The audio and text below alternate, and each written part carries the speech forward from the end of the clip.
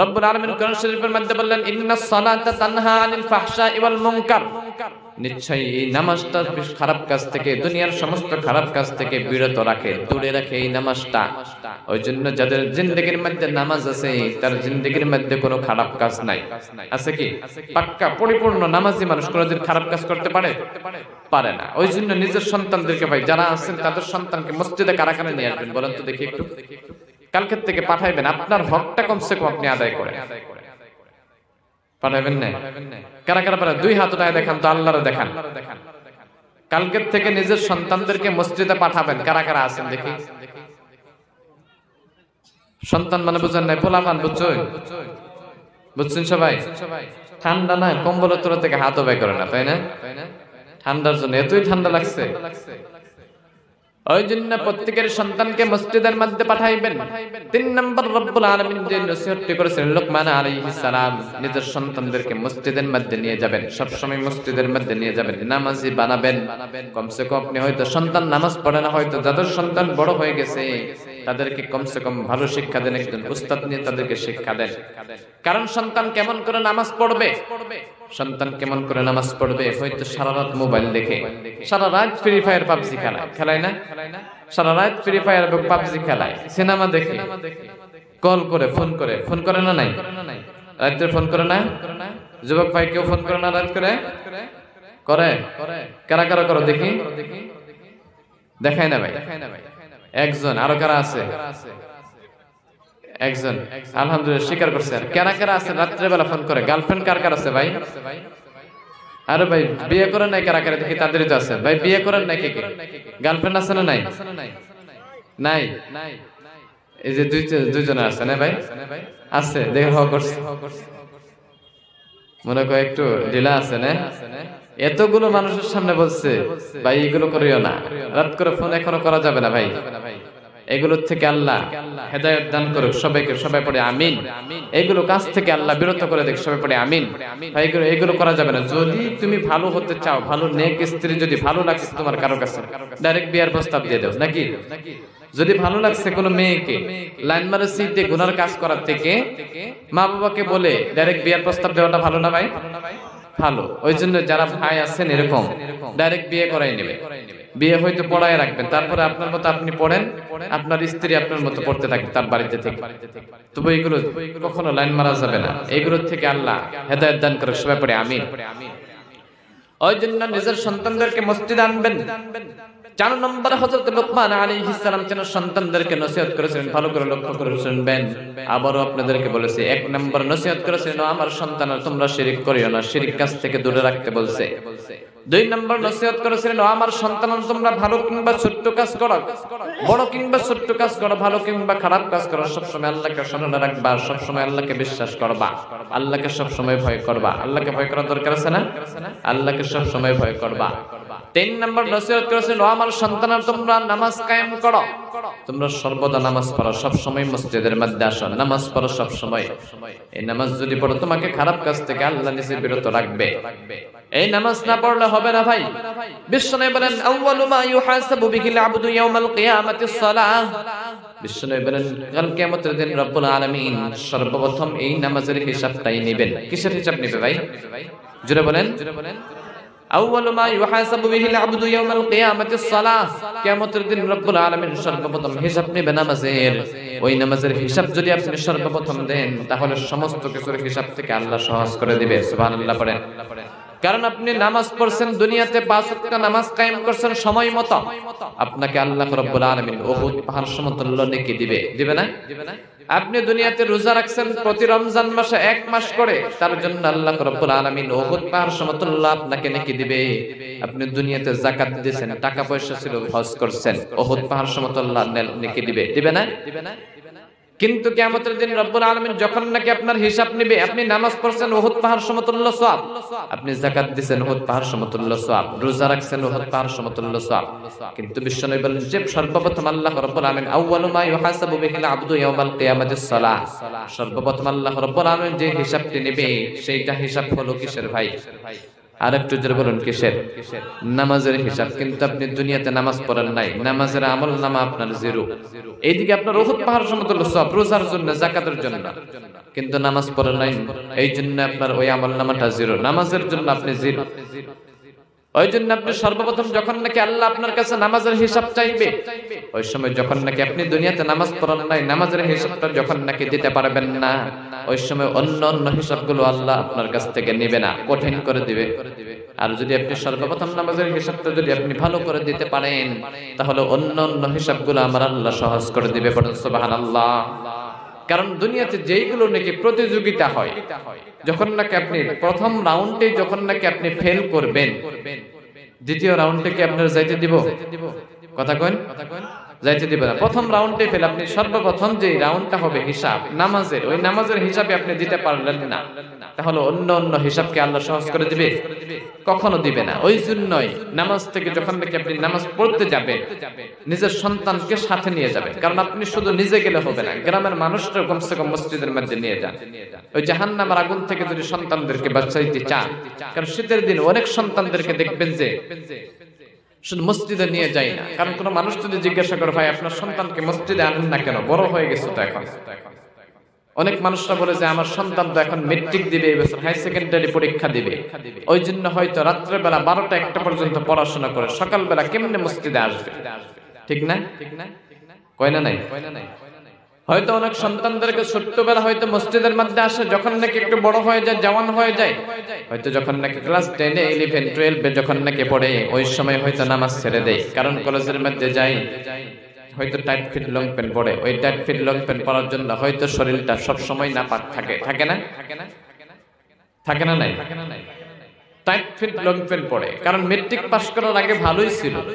যুবক ভাইদেরকে দেখবেন, মেট্রিক যখন নাকি পাস করে তার আগে ভালোই থাকে, বসে বসে পেশাব করে। যখন নাকি মেট্রিক পাস করে সঙ্গে সঙ্গে টাইট ফিট লং প্যান্ট বানায় না নাই? বানানোর সাথে, কারণ কলেজে যাবে, আগামী বছর থেকে কোথায় যাবে? কলেজে যাবে। যখন নাকি কলেজে যাবে, ওই সময় তো ঢিলা লং প্যান্ট হয় না, হবে কি? কথা কইন, হইব না। টাইট ফিট লং প্যান্ট লাগে, জিন্সের লং প্যান্ট লাগে। এই জিন্সের লং প্যান্টটা যখন নাকি পরে, বসলেই হয়তো পিছনের দিকে ফেটে যাবে, ছিঁড়ে যাবে, ওই জন্য আর বসে না, দাঁড়ায় দাঁড়ায় পেশাব শুরু করে না? নাউজুবিল্লাহ। হয়তো আপনি যখন নাকি আপনার সন্তানকে ভালো পথে যখন নাকি আনবেন, হয়তো মাদ্রাসার মধ্যে দিয়ে দিলেন, মক্তবে পাঠাইলেন, হয়তো আপনার সন্তান হয়তো খারাপ, আপনার সন্তান হয়তো দুনিয়াতে হয়তো অনেক গুনাহ করে।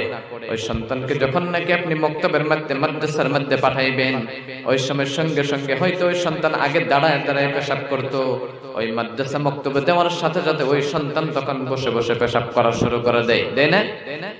কিন্তু আপনার সন্তান যে কলেজের মধ্যে পড়ান, স্কুলের মধ্যে পড়ান, ওই সন্তান যখন নাকি মেট্রিক পাস করার সাথে সাথে ওই সন্তান দাঁড়িয়ে দাঁড়িয়ে হয়তো আগে বসে বসে পেশাব করতো, মেট্রিক পাস করার সাথে সাথে হয়তো ওই সন্তান দাঁড়ায় দাঁড়ায় পেশাব করে না নাই? ওই জন্য আমার ভাইরা, যখন নাকি আপনার সন্তানকে এগুলো শিক্ষা দেন, কারণ আপনার সন্তানকে আপনি যখন নাকি দ্বীনি শিক্ষা দিবেন, এইগুলো থেকে বিরত থাকবে, দূরে থাকবে। ওই জন্য সন্তানকে আপনি হয়তো ডাক্তার বানান, ইঞ্জিনিয়ার বানান, আপনি কলেজের প্রফেসর বানান, কিন্তু তার সাথে আপনি কমসে কম 1 ঘন্টা করে ইলমে দ্বীন অর্জন করান, কমসে কম মক্তবের শিক্ষা দেন, দ্বীনি শিক্ষা দেন, দেওয়া দরকার আছে না? বিশ্বনবী বলেন, সেটা আমার কথা না, বিশ্বনবী বলেন, তালাবুল ইলমি ফারিদাতুন আলা কুল্লি মুসলিমিন ওয়া মুসলিমা। পৃথিবীর প্রত্যেকজন নারী এবং পুরুষ সবার জন্য ইলমে দ্বীন অর্জন করাটা ফরজ করে দিয়েছেন তিনি কে? আর একটু জোরে বলুন কে? পৃথিবীর প্রত্যেকজন নারী এবং পুরুষ মুসলমান প্রত্যেকের জন্যই ইলমে দ্বীন অর্জন করাটা, দ্বীনি শিক্ষা অর্জন করাটা ফরজ করে দিয়েছেন। আল্লাহ বলেন যে আপনার সন্তানকে আপনি মুহাদ্দিস বানাইতে লাগবে, আপনার সন্তানকে আপনি মাওলানা বানাইতে লাগবে, হাফিজ বানাইতে লাগবে। এটা আপনাকে বাধ্যতামূলক করে দেয়নি, করে দিয়েছে কি? কথা কয় দেই নাই। আপনার সন্তানকে এতটুকু আপনার নির্ধারিত করে দিয়েছে, এতটুকু আপনার সন্তানকে আপনি শিক্ষা দেন, যেটা দিয়ে নাকি আপনার সন্তান নামাজটা শুদ্ধ করে পড়তে পারে, ইসলামের নীতি নিয়মের মধ্যে চলতে পারে, ভালো করে রোজা রাখতে পারে, পাক না পাকটা ভালো করে জানতে পারে, এতটুকু আপনার সন্তানকে আপনি শিক্ষা দেওয়া উচিত আছে না ভাই? ফরজ এটা প্রত্যেকের জন্য। কমসে কম যাদের সন্তানকে আপনি ডাক্তার বানান, ইঞ্জিনিয়ার বানান, তার সাথে কমসে কম 1 ঘন্টা করে আপনি দ্বীনি ইলম শিক্ষা দেন, ইনশাআল্লাহ পড়েন।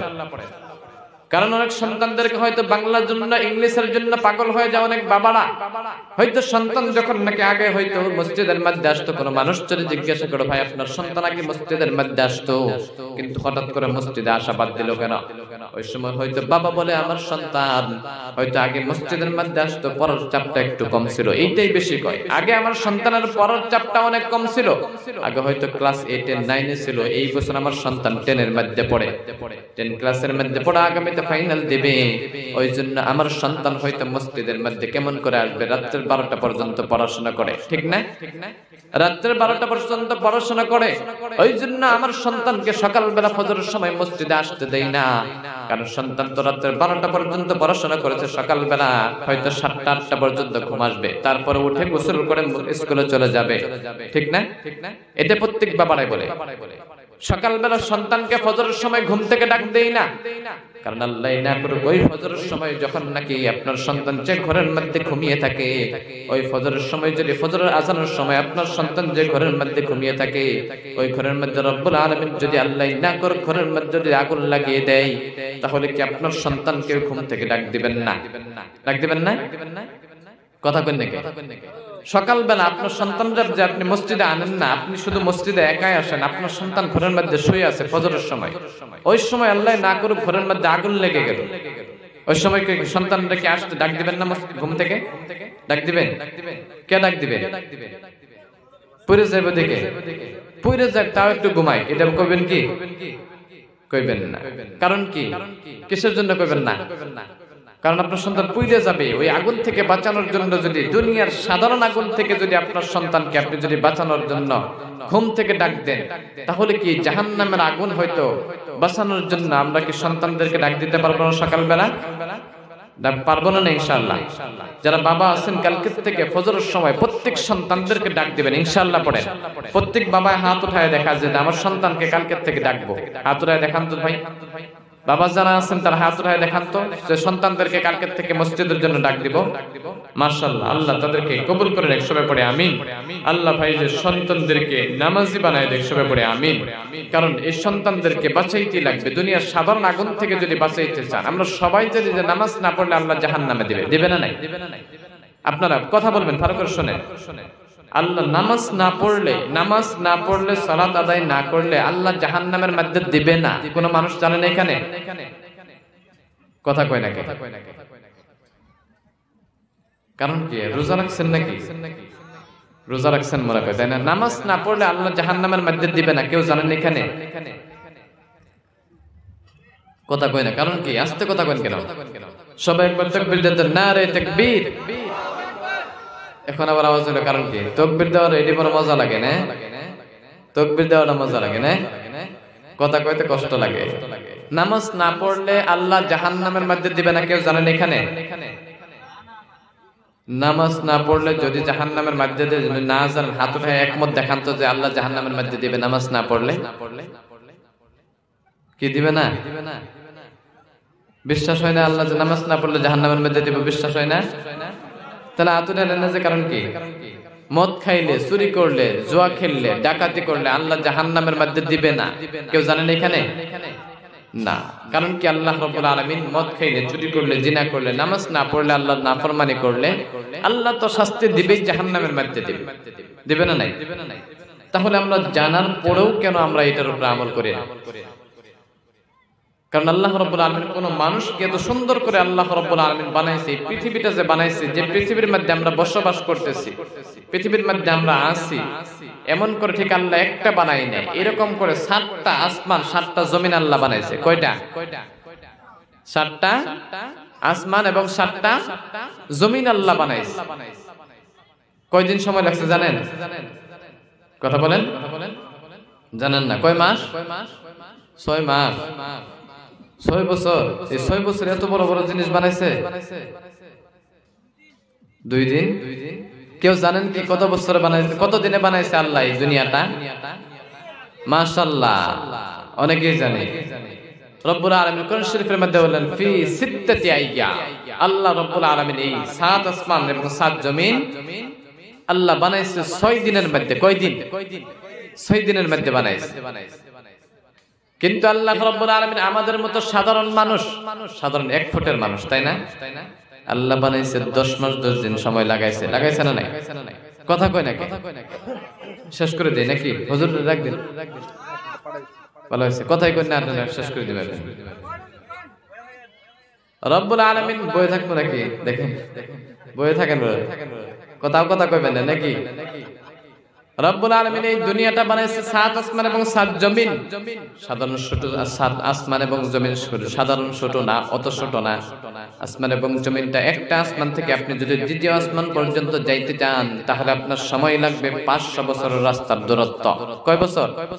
500 বছরের রাস্তা, একটা আসমান থেকে, প্রথম আসমান থেকে দ্বিতীয় আসমান পর্যন্ত। ঠিক তেমন করে দ্বিতীয় আসমান থেকে তৃতীয় আসমান পর্যন্ত আরো 500 বছরের রাস্তা দূরত্ব। ওই রকম করে তৃতীয় থেকে আপনি চতুর্থ আসমানে যখন নাকি যাবেন সেটাও 500 বছরের রাস্তা দূরত্ব। এরকম করে 7টা আসমান পর্যন্ত অনেক দূরত্ব থাকবে 500 বছরের রাস্তা করে। ওই জন্য আমার ভাইরা, আল্লাহ রাব্বুল আলামিন এত বড় আসমান এবং জমিনকে যদি আল্লাহ 6 দিন সময় লাগাইছে, হয়তো আমাদের মতো সাধারণ একজন মানুষ হয়তো ওজনে থাকবে 2 থেকে 3 কেজি, হয়তো ওজনের নাম্বার মধ্যে চড়াই বেঁচে থাকবে 1 থেকে 1.5 ফুট হয়তো মানুষ থাকবে। একজন মানুষকে আল্লাহ যখন নাকি দুনিয়াতে প্রেরণ করে 10 মাস 10 দিন সময় লাগা। আল্লাহ হয়তো যদি ভাবতো 1 সেকেন্ডের মধ্যে দিতে পারতো না। আল্লাহ যদি এত বড় আসমান যদি 6 দিনের মধ্যে বানাইছে, এরকম করে 7টা আসমান, তাহলে আমাদের সাধারণ মানুষ আল্লাহ সময় লাগবে কি বানাইতে? মুহূর্তের মধ্যে হয়তো আল্লাহ দিয়ে দিতে পারতো মহিলাদের গর্ভের মধ্যে।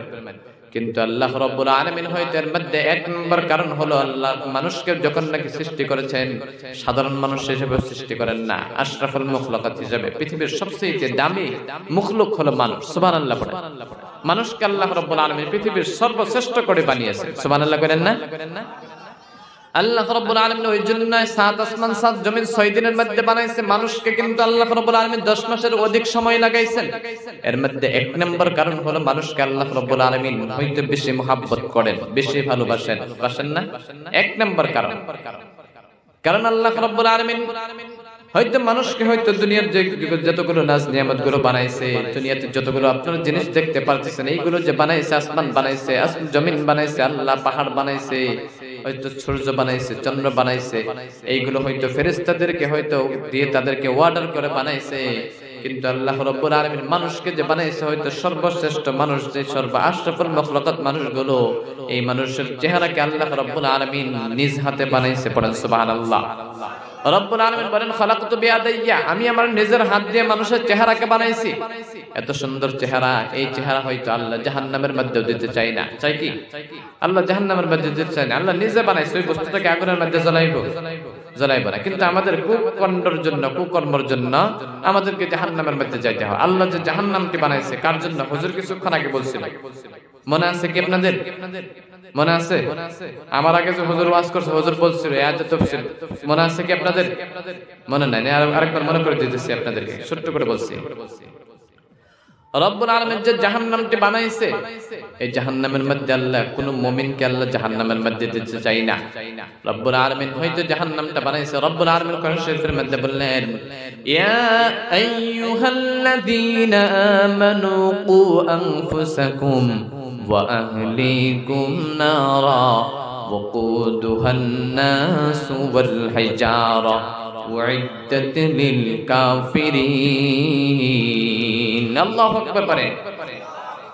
রব্বুল আলামিন কোরআন শরীফের মধ্যে বললেন, ইয়া আইয়ুহাল্লাযীনা আমানু কু আনফুসাকুম ওয়া আহলিকুম নারা ওয়াকুদুহান নাস ওয়াল হিজারা উইদ্দাত লিল কাফিরিন। আল্লাহ রাব্বুল আলামিন বলেন, আমি কোন মুমিনকে, কোন মানুষকে আমি জাহান্নামের মধ্যে দিতে চাই না। আবার আপনারা প্রশ্ন করবেন, আল্লাহ কোন মুমিনকে যদি জাহান্নামের মধ্যে দিতে চাই না, তাহলে কেন আল্লাহ রাব্বুল আলামিন জাহান্নামটা বানাইছে, জাহান্নামটা কেন তৈরি করছে? ঠিক না? এই জন্য আমার ভাইরা ভালো করে লক্ষ্য করে শুনবেন, রব্বুল আলামিন যে জাহান্নামটি বানাইছে, এইটা কোনো মুমিনের জন্য না। এই জাহান্নামটি রব্বুল আলামিন বানাইছে, এইটা জাহান্নামের ইন্ধন থাকবে, জাহান্নামের খাদ্য থাকবে আগুন এবং পাথর। কি কি থাকবে? জাহান্নামের ইন্ধন হলো আগুন এবং পাথর, জাহান্নামের খাদ্য এগুলো। এই জাহান্নামের হয়তো কোনো মানুষকে আল্লাহ জাহান্নামের মধ্যে দিতে চাই না। এই জাহান্নামের হয়তো আপনার খাদ্য হলো উইদ্দাত লিল কাফিরিন। আল্লাহ রাব্বুল আলামিন জাহান্নামটি যে বানাইছে কোনো মুমিনের জন্য বানাই নাই, উইদ্দাত লিল কাফিরিন, কাফিরদের জন্য এই জাহান্নামটা নির্মাণ করেছে। পড়েন নাউজুবিল্লাহ।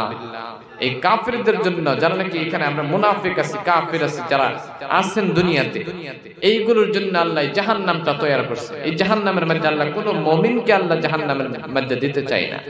কারণ আল্লাহ এত সুন্দর করে মানুষকে বানাইছে, এত সুন্দর আকৃতি দিয়ে বানাইছে, তাহলে আল্লাহর বানানো বস্তুকে আল্লাহ জাহান্নামের মধ্যে, আগুনের মধ্যে জ্বলাইতে চাইবে? চাইবে না। কিন্তু আমরা যখন নাকি আল্লাহ হয়তো মানুষ জাহান্নামের মধ্যে যাবে আল্লাহর নাফরমানি করার জন্য, আপনি রব্বুল আলামিন কোরআন শরীফের মধ্যে বললেন ফাদখুলি ফি ইবাদি ওয়াদখুলি জান্নাতি। আল্লাহ রব্বুল আলামিন মানুষকে বললেন, ও মানুষ, আপনি হয়তো যখন নাকি আল্লাহর ইবাদতের মধ্যে মশগুল হয়ে যাবেন, আল্লাহর ইবাদতের মধ্যে যখন নাকি আপনি ঢুকে পড়বেন, সঙ্গে সঙ্গে